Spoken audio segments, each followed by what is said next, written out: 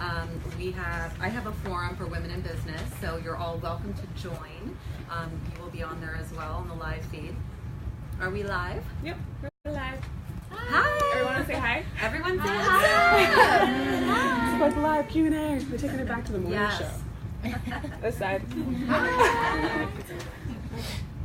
Thank you everybody for joining us. We have all these beautiful ladies here. Good morning. Good morning. So we are here at Micro Meetup. We are thrilled to be joining up with Leah of Good Life and Shop Good. So we're going to open up here. We're going to be doing a live Q&A. We're going to be hearing more about your journey in entrepreneurship and the clean beauty business that you've developed. So can you just tell us a little bit about you first? Sure. I'm Leah. I own a company called Good Life, and as many of you know, we just opened a all-natural wellness and clean beauty boutique in North Park just last week, so it's very new. But my journey to get there was a pretty long one. I was in fashion merchandising for about 8 years. I worked for Gap Corporate in San Francisco and had kind of set my sights on being in fashion for as long as I can remember. My first job was in retail at 16, so it's always been in my blood. But unfortunately, during my 20s and when I started that job in San Francisco, I got sick. So I went through a pretty terrible chronic health journey of my own, and doctors weren't able to give me really any answers. So I'm sure we'll dive into that story a little bit deeper, but long story short is that I realized that my passion kind of shifted from fashion into wellness as I was trying to find the ways to heal my body. And it was a really slow and bumpy process. It was balancing being, a 20-something fashion merchandiser living in San Francisco, and balancing that with putting my healing first. And but what I taught myself through diet and lifestyle shifts and switching my products to natural is that I could have both, that I could live this busy girl life while still putting my health as a priority. And so that was the hack that I essentially discovered in tiny little tips and tricks.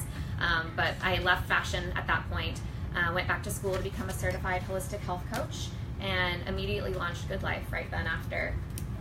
And Good Life started as a health coaching company, so I worked one-on-one with women just like all of us in trying to figure out what I wish I knew back then that I know now. So what were the ways to balance a busy life while still placing our bodies as a priority?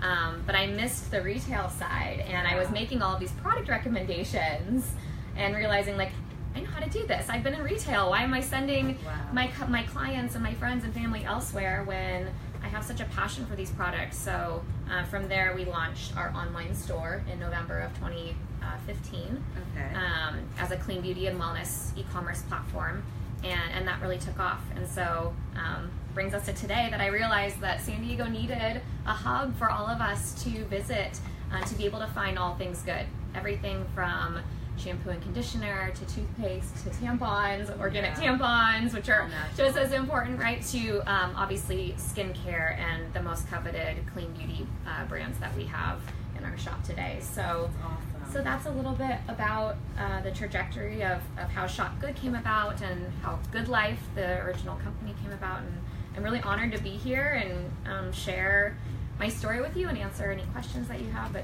thank you for having me. Yeah, of course.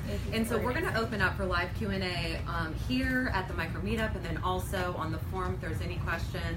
So we'll just keep going, and I love how you really created this all out of your own needs and passions, and then are meeting other people's needs. So we're all about that. That's amazing. So the biggest objective for starting this shop, you said, again, I stopped by the other day. It's just a beautiful space. Everything is just so aesthetically gorgeous.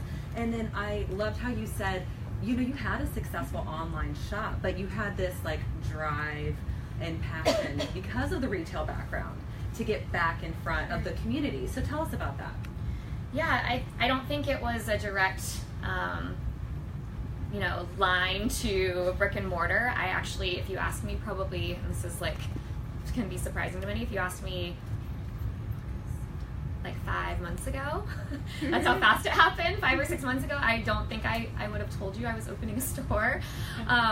So I think at that time when we saw the traction with the online business, and by we, I really mean my husband and I. My husband, he's in commercial real estate, but he is incredibly financially savvy and obviously has the brunt of the risk that we had taken with starting the company. So we, had thought about growing the brand digitally for quite some time. I would say the 9 months prior to that, we were building a business plan to seek venture capital funding, build a marketing team, hire on a CTO, and try and create this online personalized experience similar to what we have in a physical form today. But I had no idea that, lo and behold, I would be opening a physical shop. And it was actually my best friend, Lauren, who worked at Gap with me and has recently in the past year opened a boutique in Phoenix and has a lot of boutique experience. And she's like, Leah, dude, just open a store. Like, San Diego needs that. Why don't you just, retail. It's been, your 17 years of experience in retail, you know it so well. And so that's when the light bulb started occurring around, oh my gosh, I love design, I love interior design, I love merchandising, I love talking to people every day about my passion. So there were all of these things that were such no-brainers, and it literally felt like a weight was lifted off my shoulder. It was like trying to cookie cutter myself into this digital world where, I could have been successful if I had, I would have continued to work really hard, but there was just this seamless, effortless flow into brick and mortar, and then looking at the need in the community drove me even more to be able to fulfill that. So that's kind of under the covers what happened in the past year, which is wild to think about. So such an integration of like all your passions kind of come to life. I was like, oh, why didn't I think of that before all my friends were. Thank God for friends. I know, right? Speaking like to see what you probably was always there but couldn't see. Yeah. That's amazing. Yeah. So let's kind of shift into the trend with more and more women want to be business owners. They want to be entrepreneurs. And so can you kind of help us out? What do you wish you would have known before you started this company? Everyone's like, sigh. Yes. I know. Well, it was really 4 years ago when I was starting to think of a name for the company and what I was doing. What do I wish that I knew? I wish that I knew that there would be iterations of. Because I think when we put so much pressure on thinking of the idea and the name and the, about page and the photo shoot that's going to be up on the website with the URL, that won't stay. And it's important to really methodically and strategically think about those first steps, but know that the business is always going to be liquid, and what you think it's going to be may very well continue on in forms of, it may look wildly different. It may just be something that spawns out of a conversation you have with a client or an opportunity that shows up in the marketplace. I love that. So I think I wish I knew that ahead of times. And it's not that I wouldn't have put as much pressure on myself, because I honor myself for making all of those hard decisions and making sure that I was strategic about it. But I guess it would take a little bit of the stress off. I don't know. Yeah. And then I think I wish I knew the sacrifices involved. It's like everyone will tell, and many of you might have already own your own businesses or thinking about starting your own businesses, but we always hear like, oh, it's so hard being an entrepreneur, and like you can hear that over and over again, but until you're saying no to family ski trips and driving around in a dingy car when all of your friends are like buying homes, and not that matters in comparison, like we all, in our own ways choose our path, and I think that's very admirable. Whatever you choose that makes you happy, do that. But I think that I wish that I knew how many sacrifices were to come, just as a heads up. I'm like, hey, this is not going to be easy, just like everyone says. That was a little bit eye-opening, and it still is, and it will continue to be, because that's the path that I've chosen. And there's many benefits to that, just like being here with all of you today and opening my doors on grand opening and having a liner on the blog. Like, oh my gosh, I get chills with thinking about all of the beautiful things that have come and all of the people that I've hopefully supported. But what comes with that is a lot of sacrifice. Yeah. I agree. Who can relate? Yeah. You guys feeling that? Okay. We're in good company. Yeah. Feel that. Yeah. Thanks, guys. And so kind of piggybacking off of that, how do you then, knowing, and you kind of have a little hindsight now, you're a little bit into the journey and still so much more to come, how do you continually maintain that work-life balance? Oh gosh, it's been honestly the biggest challenge, especially over the past, I would say, year. As things start to pick up and as opportunities present themselves, it's like there's always more to do. And one of the things that has plagued me is laying my head down at night and not being able to shut it off and not feeling like I did enough that day. So being a wellness advocate and being a health and wellness coach and, you know, speaking about self-care every day, it is the hardest thing to walk the talk. It really is, and I will be the first one to say that, you know, very candidly. But I think what's helped me is to hold some really key non-negotiables for myself.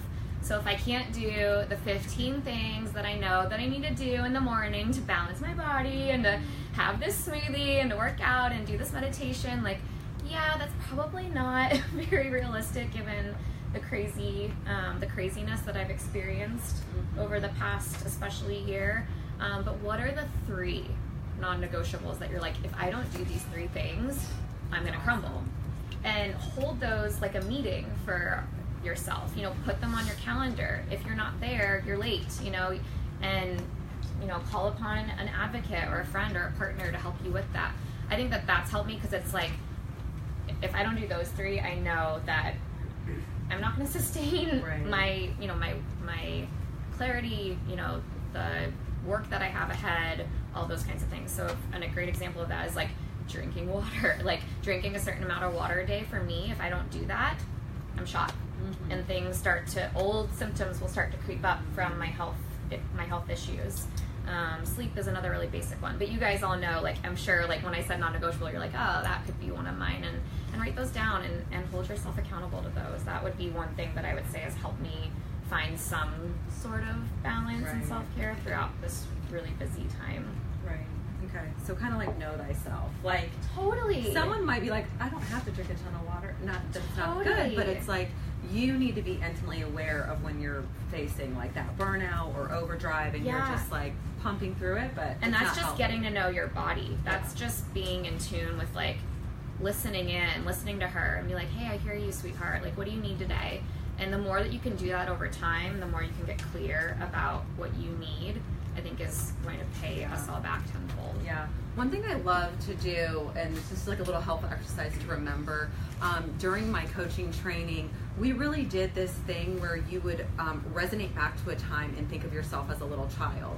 And think about treating yourself like that. Like, would you punish this little tiny 5-6-year-old girl and like, keep going, keep working? And it's like, stop. Like, you know, go back. And then, you know, if you can't, maybe you're out of balance, you can't do it to your own self, think of that. I love you that. know, and it gets me chills just thinking about it. You know, we need to treat ourselves with love and respect. So, so you kind of said about the brand iterations, which I love, and like the evolution of how you did that. So it's so important when it comes to business. What do you think was the most important part of your strategy and approach that allowed Shop Good to thrive at launch? Yeah. I think not only the launch of the store, but the trajectory of the business, the feedback that I consistently get and what I do see in comparison to others out there in the market is the brand's approachability and realism. I think we can all sit here, you know, as health and wellness advocates for ourselves or others in the industry and say, here are the things to do to stay healthy, and it's going back to the balance thing. It's like, what's actually realistic? You know, like, what can we actually look at each other in the face and say, like, yeah, I have time to meditate for 20 minutes every single morning and make this beautiful green smoothie that looks perfect and has the total amino acid profile and all the, you know, like, gooey proteins and everything. Like, okay, but it's like, like, we have life, we have responsibilities, we have obligations. So I think it's like health and wellness filtered into a voice of realism to say, hey, we get you. We know you're busy. We know when you don't feel well, it's even harder to take care of ourselves. And so Good Life, and, you know, the initial intention was to come in and say, we got you. We want to do the research for you. We want to boil it down to say, like, here are the 3 things that you can do for yourself when you're working through a stressful time or adrenal burnout, or like, here are the 3 ingredients that you should add, at least twice a week. Or here, if you can't meditate for 20 minutes in the morning, here's this eucalyptus essential oil that you can place in your palms in the shower and take 5 deep breaths. So there's these shortcuts that I learned when I was moving through my really busy life and feeling terribly ill.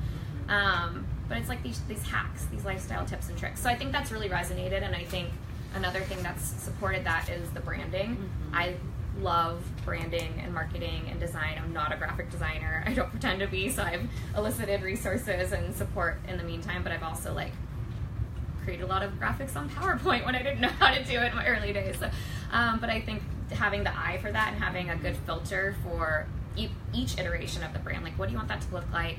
What resonates with you? What resonates with your target customer? And really carving through really well with brand voice and messaging and design details and aesthetic, I think has helped a lot. Yeah, and if you guys get a chance to go to North Park and walk into that shop, you will see, the aesthetic of the whole shop is just so beautiful and on point, and you can see the little brand touch points throughout, and just the bold, the black, the white, the red. It's just amazing. So it's definitely, like I said, there's more evolution that is possible, but start where you can. Start where you can. And I think it's been super rewarding to see it come to life in 3D and to see people confirm that. So thank you. That means the world. So I think when it comes to the early stages of your business, when you're saying, you kind of just kept it simple and okay, I'm going to just bust this out, until you got a team around you that's helping with branding, that's helping with marketing. What do you miss about those early days? Oh, that's a hard question.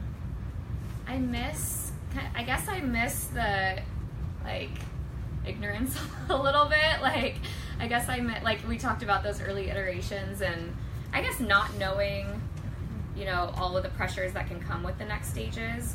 But I think at the early stages, it gives you this nimbleness a little bit, and this fluidity to place your ideas on paper without having to worry about a lot of the greater stresses, like managing a team, crazy amounts of bills and, financial implications and everything. But I guess, a little bit of that ignorance is bliss kind of thing. I miss, obviously, less stress and more sleep for sure.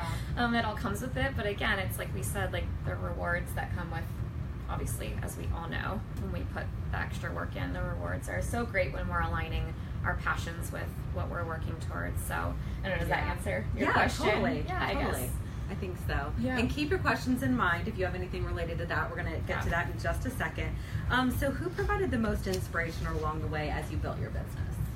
Okay, so there's 2 people. I mentioned my husband, and he's the most humble guy. He's oh, I didn't do anything. But no, I think I'm a right brain, left brain, so I'm really creative, but I also do have that analytical skill set, which from a retail standpoint is really helpful when you're creating a store, but also managing the numbers behind it.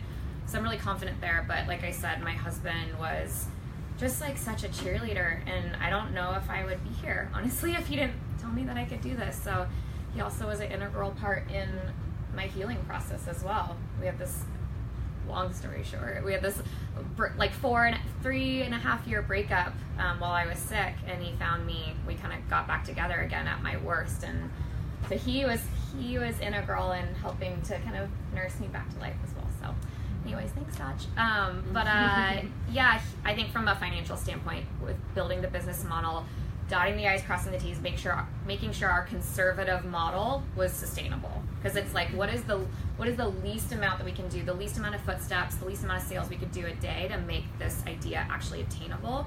So that was really helpful in there, and he continued to drive, light my fire and continue to drive me, and said this is doable, let's do it.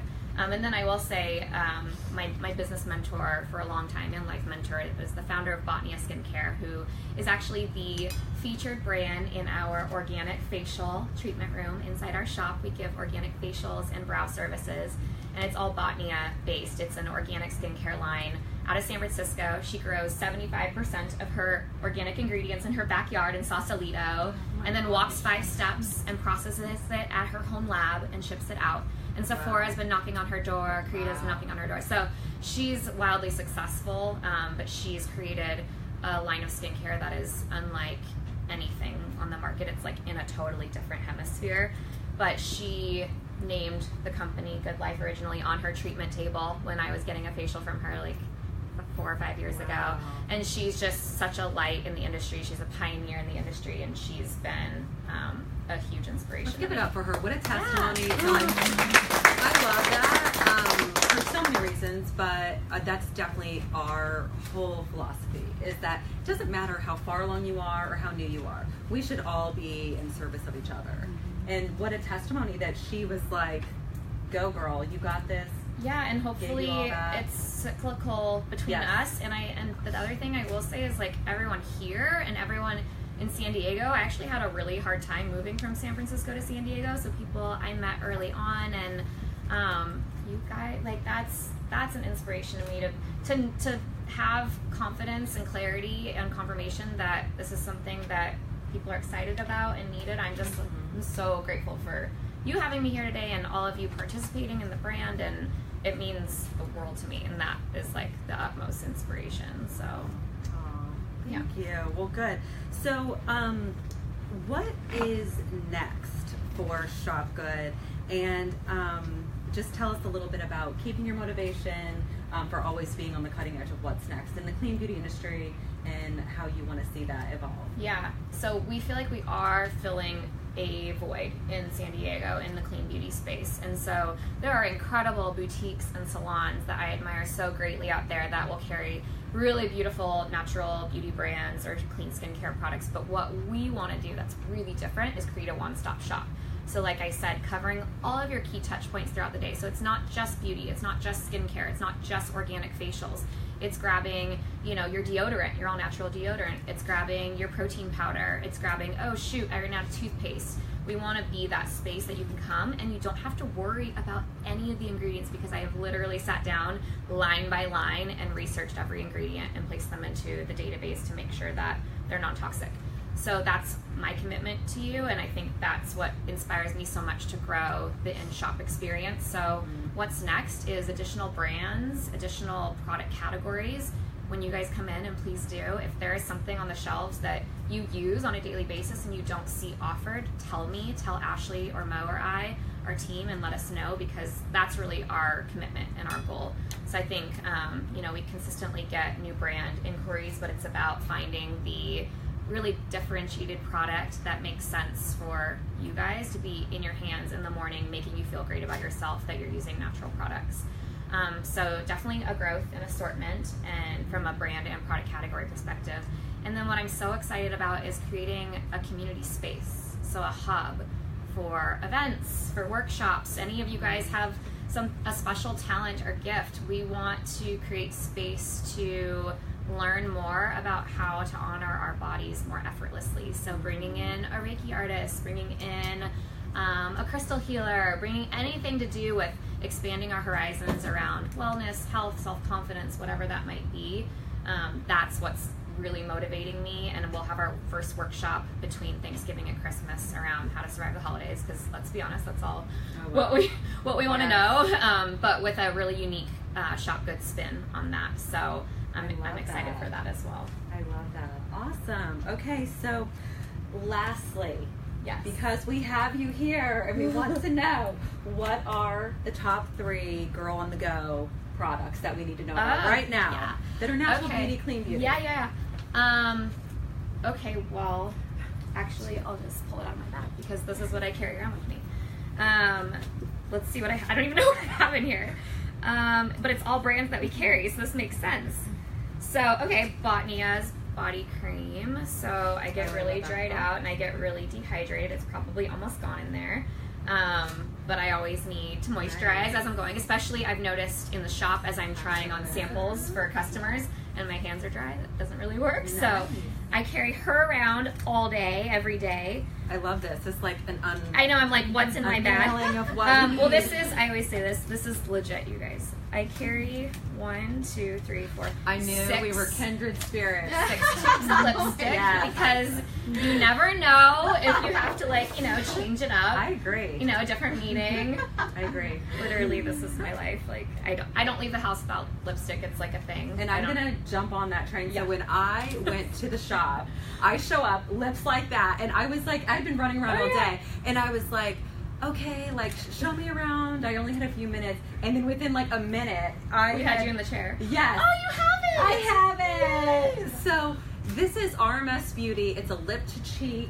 Yeah. And you sold me. Well, there was no sale necessary. It was like so good on you. I love this. That's I have amazing. been using it religiously ever since. So it is. Well, tell us more about this, and I'm going to apply. Yeah, RMS. Who's familiar with RMS?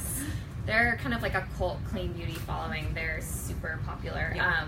But they're coconut oil based, so they're going to be incredibly hydrating and moisturizing, but they also focus on multitasking products. So the name of this is literally lip to cheek. So here we go. Oh, I love this. A little live demo. Oh my gosh, looks so good on you. It's her color. That's what I did on the way here in my Mo car. color so. matched you so well. Yeah, it was amazing. We have an in-shop esthetician and makeup artist who, when you come in and you're running out of your foundation or lipstick, we'll sit you down at the beauty bar and we can color match you. We can try colors and on. you guys can look at this. That's the fun part. This is called Smile, right? Yeah, that's called Smile. Yeah, that's so but awesome. you have about 20 shades of that, which was my dream come true.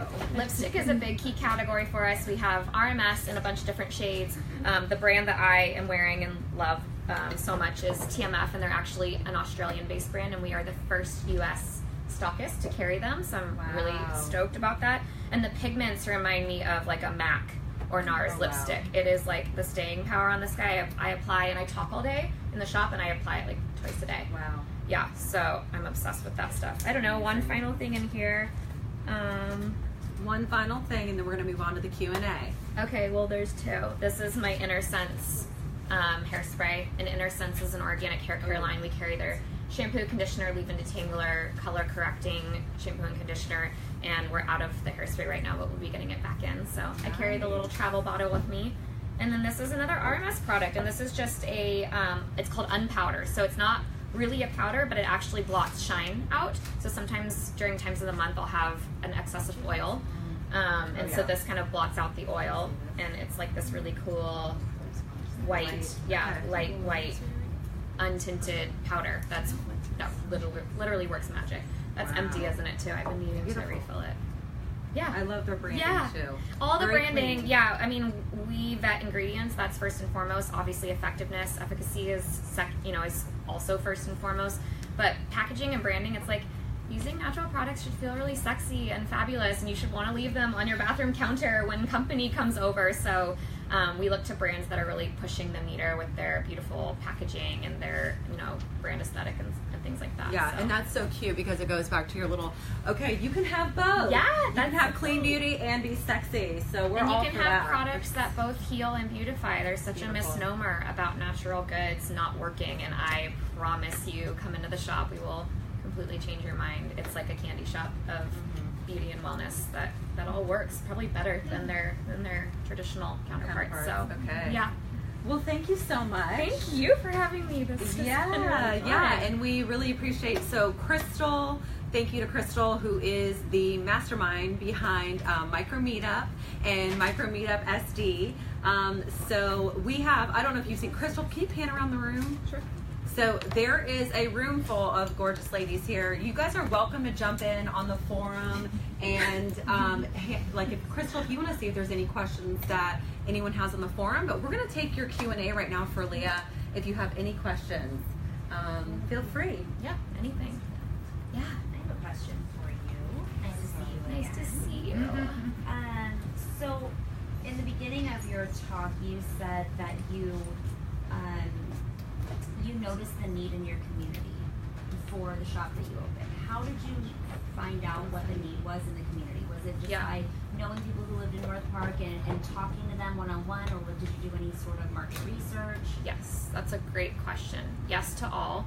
I think knowing the industry inside your community, but nationally, on whatever scale you plan on playing in, but is important. So I automatically knew that, there's some really amazing movers and shakers in the clean beauty space, and particularly physical stores that didn't necessarily have a brick and mortar yet here in San Diego. And to me, I'm sure you guys all agree, it's like a no-brainer. I mean, they're actually creeping and they're coming. Shop with us. Just kidding. But San Diego being such a healthy lifestyle type of environment, mentality and lifestyle in general, to me, from like a macroeconomic and market research perspective, that was kind of like, that's interesting. Why is that not there yet? But you have to ask, like, maybe there's a reason that that's not there yet. Has someone tried and it has failed? So that comes with a caveat, right? So then gut checking that with conversations. So there's a few like smaller to larger conversations that I had throughout the time. One was with my health coaching clients, and them, coming to my door every day to replan on products. There was that need that once they were aware of the ingredients that they wanted to shift their beauty cabinet to, people were coming and picking up things at my door, and that is a little more difficult in arranging schedules and everything like that. But definitely friends, clients, and networking, going to events like this, asking where people shop for their products, knowing what Whole Foods carries, knowing what Sprouts carries. I think that all kind of helped me to solidify, like, yes, there's a need. No one's serving it, but no one's serving it the way that I wanted to, that Shop Good wanted to, in a really fun, modern, upbeat, and fashionable environment, that you're not like running to go get your raw meat at the butcher and then picking up your lipstick in aisle. Like, that's not fun. No one wants to do that. We want to like walk up to the makeup counter and like get help and have lipstick applied to us. So yeah, that was kind of what told me that. And then like bouncing your ideas off a bunch of people. I remember when I first decided, when my friend Lauren told me open a shop, I went to New York. It serendipitously, at that time I was going, so I did a big comp shop of what was going on in New York and took a bunch of photos. But the plane ride back, all I did was schedule meetings with every single shop owner, coffee shop owner, the physical store owners that I could find, salon owners, flower shop owners, to ask them, like, is my idea crazy? Can I do it? How much money do I need to do it? What's it like? Is it hard? So that really helped me solidify my decision as well. Does that answer your question? Yeah, that's amazing. I love how much it was you a lot relied on other people. Oh my gosh, industry. yeah. We don't know, and you really need to, dive in and lean on people that have done it to validate, Good for you. Great Time for stuff. 2 quick ones or one long one? Okay. Yeah. I got one. What are some products or brands that we may think are non-toxic that actually aren't non-toxic? Yeah. The brands that we think are good for us when they're not. Yeah, it's tough right now, and I think that's why there's so much overwhelm, because there is no regulation on the personal care industry. You can literally slap on whatever marketing tactic, gentle, natural, even the word organic is becoming diluted, so it's really scary for us as women and owners of families or people buying for our households of like, I think this is natural, I don't know. So one example is the word fragrance. Fragrance can be a catch-all for any single toxin or chemical that these companies want to toss in. So there are words that are fragrance that are caveated as like, 100% organic essential oil fragrance or 100% plant-derived fragrance. Fine, we try and omit the word fragrance in most, if not all, of our products on our shelves, and we know every single maker, so we know if they are using fragrance, what they're using in there. But I think that's a word we have to be careful of. There's fragrance in tampons, you guys. Like, we're not up there, so it's scary, right? Thank you for laughing. Sorry if that was inappropriate. It's all women, right? But get on our forums, so we're not embarrassing you guys. But so it's scary, but the good part is that there's tools to equip ourselves with. So not only coming into Shop Good and asking a zillion questions, our in-shop holistic esthetician is a skincare guru. I've obviously studied the industry for almost 10 years now, so come in, bring your beauty bag in, and we'll go through your beauty bag with you, and we'll swap out things that you might be running out of, ingredients that are scary. We do have a swap out guide on our site as well that takes you through your bathroom cabinet, your shower, your makeup bag, and talks about like what are the 5 most important ingredients to avoid and what are the most important ingredients to indulge in. And then write this down. Think Dirty is an app, and you're nodding, many of you might know it. You can type in and many times scan a barcode, but type in any ingredient and it will tell you its level of toxicity. Oh, wow. So and that's what we use to decide what goes in our shelf on our shelf. So Think Dirty, skindeep.org is another great resource, and it'll actually tell you on a scale of green being 0 and 9 being totally carcinogenic, what that level of toxicity is. So that's something. And the thing is, though, we all are working all day. Most of us don't have time to go through every ingredient, so lean on us. That's why we're here. Like, that is my passion. We have done the work for you. We can answer those questions, and if you come in, we can support you in swapping out those most important ingredients. Awesome. Okay, well, we love teaming up with experts in their field, collaborating and supporting women in business. So we want to say a huge thank you. Thank you for having me. Thank it was you really so fun. much. Yeah, and Do we're you going to have say, room for one more question? oh, okay. Someone has it. Let's do one more then. So I do agree, packaging is extremely important. I love really modern, clean packaging that's also eye-catching. I'm also really interested in decreasing my environmental impacts. Yes. Because I feel really bad when I'm like throwing away plastic containers. Do you focus on working with brands that use environmental friendly packaging? 100%. I think that's what's gonna also be really unique at our shop versus if you're, shopping at a large distributor or a large grocery store, natural product store, is that I'm lucky enough to be friends with many of the makers of our products. It's like, I feel like they're all celebrities to me, yet I'm like emailing with them. I'm like obsessed with all of these clean beauty makers. If any of you caught our Clean Beauty Founders panel on our grand opening, I was sitting next to my idols pretty much. So I honor those that are working from a sustainable manner and are thinking ahead, because we all know what's happening to the planet right now. And I think working with indie small batch makers like that, you are working with a totally different caliber of people versus, and not that this is bad, because I honor and admire every single natural product brand that is trying to create awareness around taking care of our bodies. Everyone's doing it in a different manner, but it's all spreading the word from a mass consumerism standpoint, so it's important. But if you're looking at a natural product food store, the distribution of that store is far greater. So their distribution process, their processing in their factories has a longer lead time. They're having to add additional preservatives. They're cutting costs on packaging. They're not going to be, coming up with the cheapest paper, plastic good, whatever it is, and expecting it to, toss. So I think that's the difference in working with small batch versus larger distributors, and that's why we love so much the brands that we carry. So that's a really great question. Yeah. Yeah, and November is, Small Business Saturday is coming up. We need to shop local, support local. So I would love to see you do all. not forget, when you're in North Park, there's so many amazing places. You guys are right in the heart, right up in we're North just Parkway. on, everyone knows where Pigment is, our great friends at Pigment. Right, We're just on North Parkway, so we're just past Ray Street if you were to walk east, right?